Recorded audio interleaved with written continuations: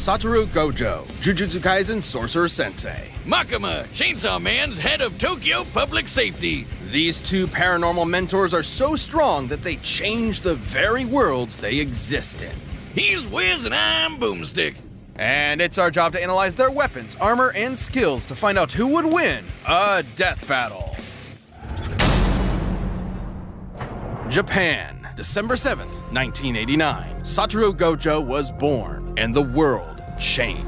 And in the world of Jujutsu Kaisen, invisible, cursed spirits born from negativity threaten humanity. So it's up to the Jujutsu sorcerers to do battle with them. And what better way to learn the trade than to sign up for Tokyo Jujutsu High? At this institution, a sorcerer will learn to harness their cursed energy, or the spiritual manifestation of intense emotion. It's like Ki, but if Ki desperately needed therapy. With it, sorcerers can boost their physicality and perform devastating curse techniques. Anything from voodoo dolls to swapping places with mere claps. And lucky for humanity, Satoru Gojo's the best sensei a sorcerer could ask for. Gojo isn't just the best, he's known as the strongest. His very birth forced the strength of curses to exponentially rise. Like witnessing a world record get broken, cursed society shifted to match the might of Gojo's presence. As a kid, Gojo knew he was the shit. He mastered the art of the riz, the hoops, and the curse murdering, all alongside Suguru Geto, his sorcerer BFF. Together, they planned on changing Jujutsu society for the better. And if anyone could do it, Gojo could. Thanks to his bloodline, he got one of the most busted anime powers ever, Limitless. Limitless grants Gojo a nigh-perfect defense by actualizing the very concept of infinity. It creates an infinite space around himself, stopping anything coming his way. The dude is literally untouchable. Kind of. Gojo tailored Limitless to automatically detect an object's mass and velocity.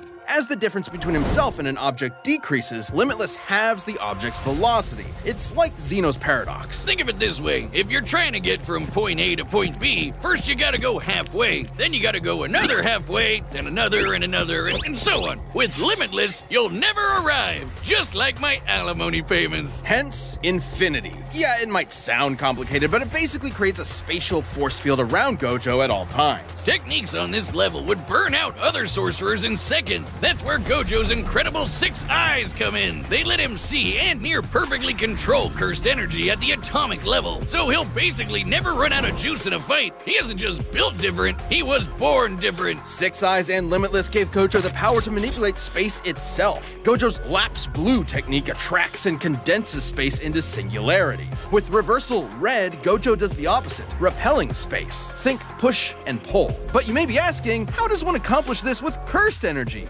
With math! Curses! Exactly! Cursed energy is typically negative, like with blue, but when multiplied by itself, negative cursed energy becomes positive, creating red. Oh, strawberry and blueberry. So, what happens when you combine a positive and a negative? Grape? 0!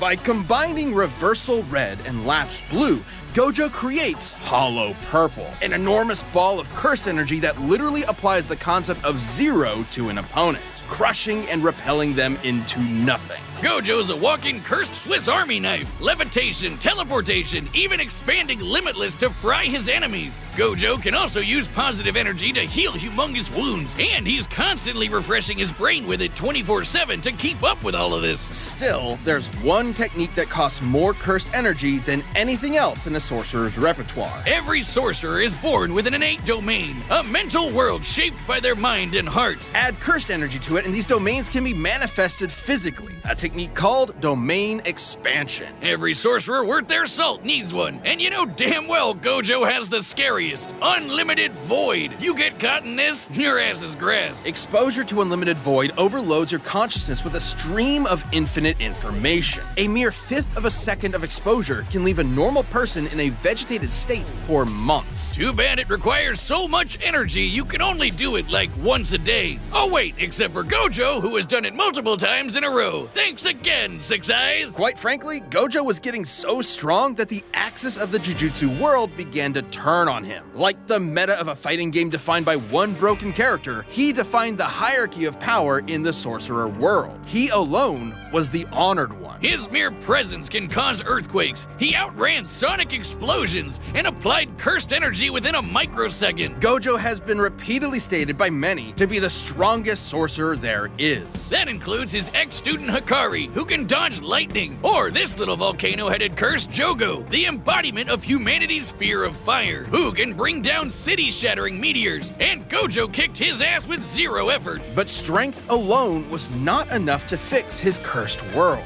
When Geto rejected Jujutsu Society to forge his own justice, Gojo's philosophy changed. Instead of doing everything himself, he would teach a new generation of sorcerers to carry the torch when he could not. It's all about setting an example. If it means a world where his companions can stand shoulder to shoulder as equals, who cares if he's gotta show off a bit?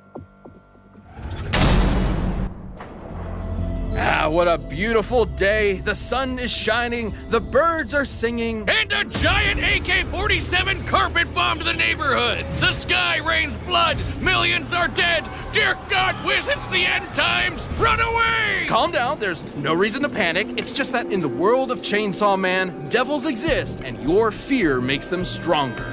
Never mind. Panic. Remember that spider you shrieked at, or the last time you cut yourself dicing onions? Now the spider and knife devils are the monstrous products of your nightmares, and they hate you specifically. The fearsome gun devil stood as the epitome of terror and destruction, and was responsible for a countless loss of lives. But a group was formed to combat it and the other devils that plagued humanity.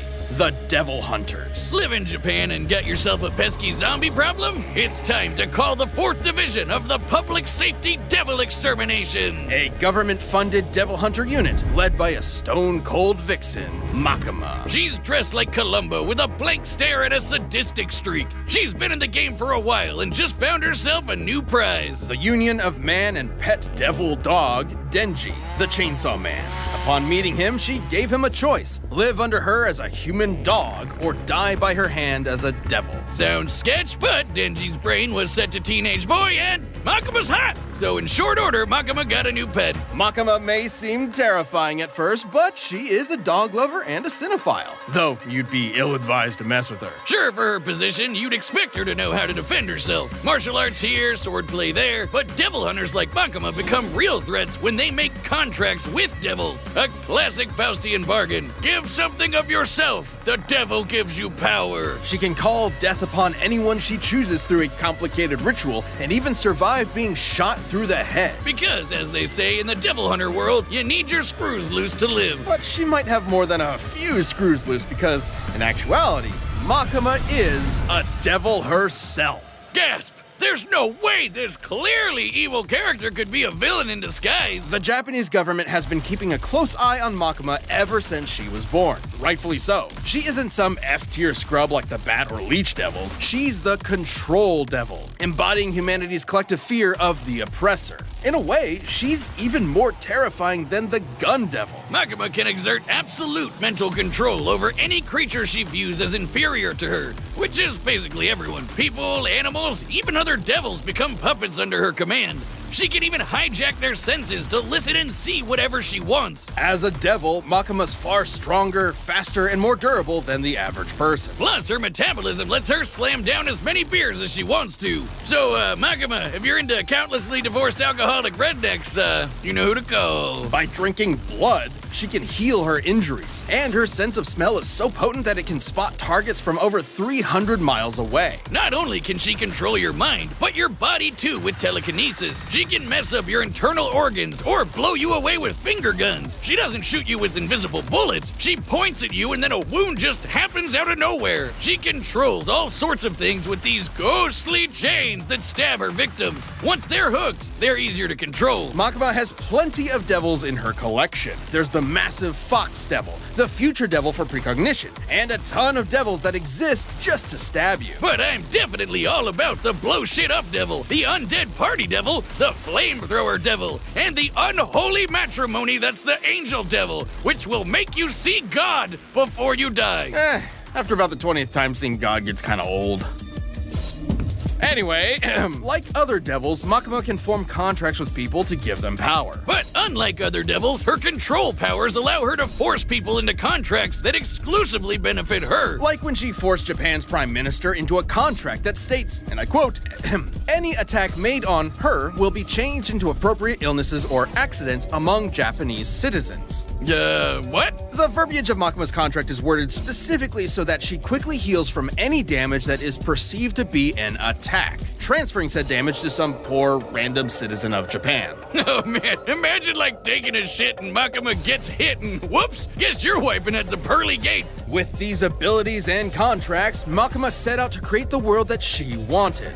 No more pain, no more war, no more bad movies. The world would be perfect. But she needed the Chainsaw Devil to do so, who just so happened to be living as Denji's heart. Yep, that cute doggo is actually the Chainsaw Devil. Oh, talk about shitty luck, kid. In the depths of hell, Makuma watched in awe as the Chainsaw Devil literally ate devils and eradicated plagues from existence. Because of the Chainsaw Devil, in this world, concepts like nuclear bombs, HIV, and even Nazis do not exist. He literally ate the concept of Nazis out of existence. However, as Makuma didn't see Denji or the Chainsaw Devil as beneath her, she could not directly control him. She needed to manipulate him. So she decided to build Denji up and then tear him down as cruelly as possible. First, she murdered Denji's found family one by one. Then she made Chainsaw Man into a public hero, stripping him of the power devils receive by being feared. Oh, so she could control her precious Chainsaw Devil and make him press backspace on anything she didn't like. Her telekinetic bangs shot the Chainsaw Devil out of orbit, and they stalemated the Darkness Devil, which embodies humanity's greatest fears. Makuma's stronger than devils like the Bomb Devil, who can easily blow up buildings, or the Typhoon Devil, which made city-spanning storms. And while fighting the Gun Devil Fragment, this large behemoth moved over 300 miles in a few seconds. She was pretty much unbeatable, though ultimate power can make it pretty lonely at the top. Makuma's quest may have been to make the world a better place through domination,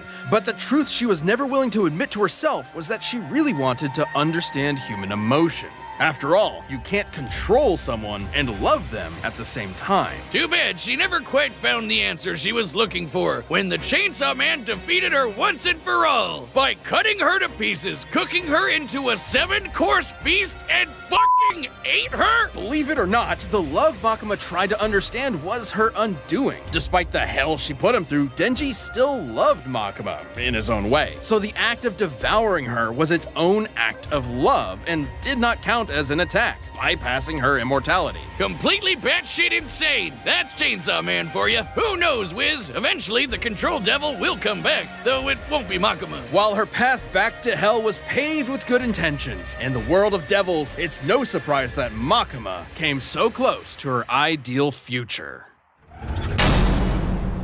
All right, the combatants are set, and we've run the data through all possibilities. But first, a couple of rules for a unique fight like this one. We'll be considering curses and devils to be comparable beings to avoid arbitrary terminology in their power systems that might make this fight incompatible. We will also consider Gojo and Makuma citizens of the same Japan to balance it out. It's time for a death battle!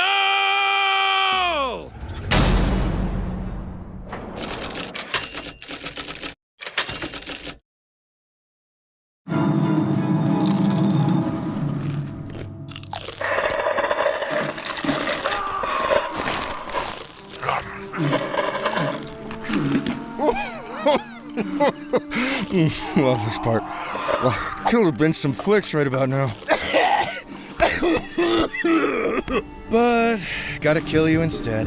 Can't just let a curse do as they please.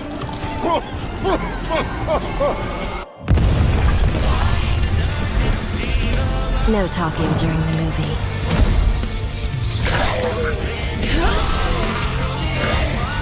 Huh? Curse technique lapse.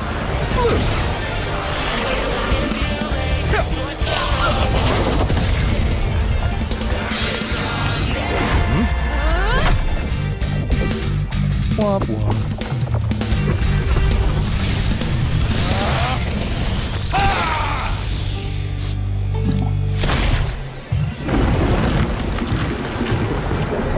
Careful. I could have died, but that much won't matter to you soon. Don't worry. I'm Satoru Gojo. the strongest. Confident, strong, and idiotic. We'll be sure to write it on your tombstone.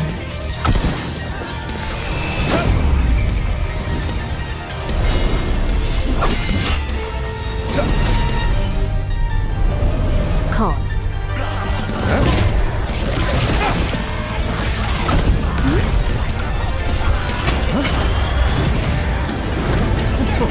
I hope we don't kill you too quickly. I should be good, since you're so weak. Bang.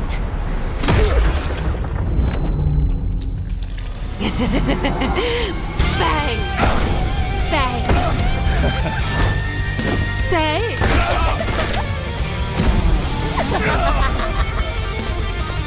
Now, be a good boy and play dead.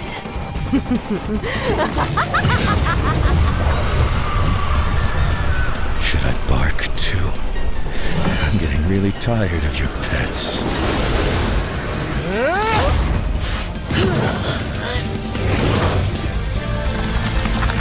Domain expansion. Unlimited void. Throughout heaven and earth, I alone am the honored one.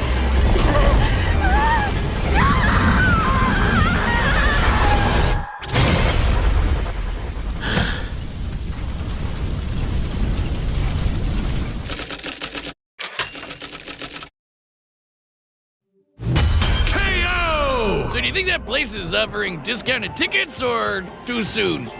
Yeah, I'll order online. Gojo and Makima were complicated to compare. On the surface level, Gojo had a lot going for him. It's no surprise given that his reputation in Jujutsu Kaisen is that of its pinnacle.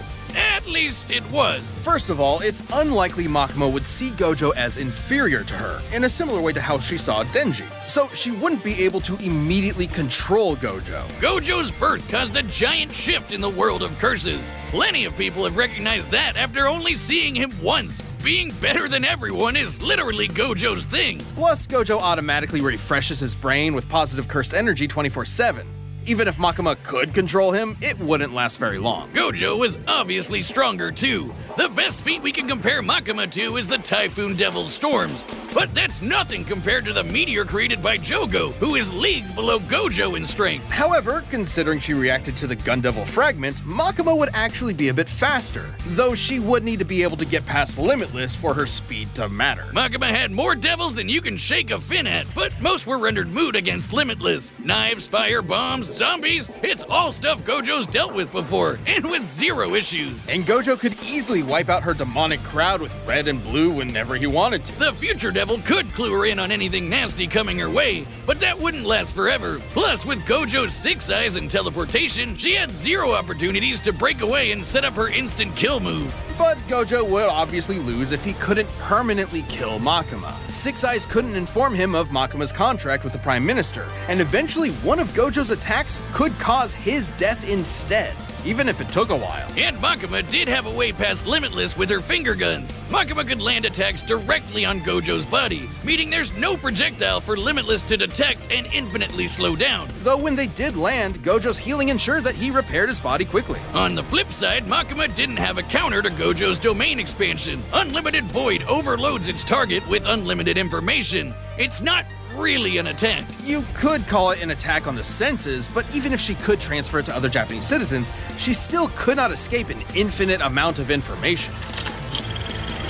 We can compare this to the Doll Devil, who was defeated by a technique similar to Unlimited Void. Despite being able to transfer her mind across a large number of hosts, the Doll Devil was still trying to transfer infinite information across finite people. Even with all of Japan as mental meat shields, Makima would still be overwhelmed. Wait, doesn't that mean Gojo just unintentionally killed basically everyone in Japan? Don't think about it. Regardless, Gojo is immune to his own Unlimited Void, so he was still unaffected. Good for him. The moment Unlimited Void landed, Makima would be stuck, opening her up for a good old Hollow Purple. Her contract isn't perfect. Makima only ever regenerated as long as there was some mass to come back from. But Hollow Purple disintegrates anything it touches to zero. Literally. There's no way she was regenerating from that. Sure, control as a concept will always exist, but a reincarnation of the Control Devil isn't Makima. This was one of the craziest fights we've ever had. However, with Gojo's raw power, broken counters, and unbelievably busted Limitless, Makima lost control over this fight. Makima thought she had Gojo by the ball and chain, but in the end, she was left hollow. The winner is Satoru Gojo.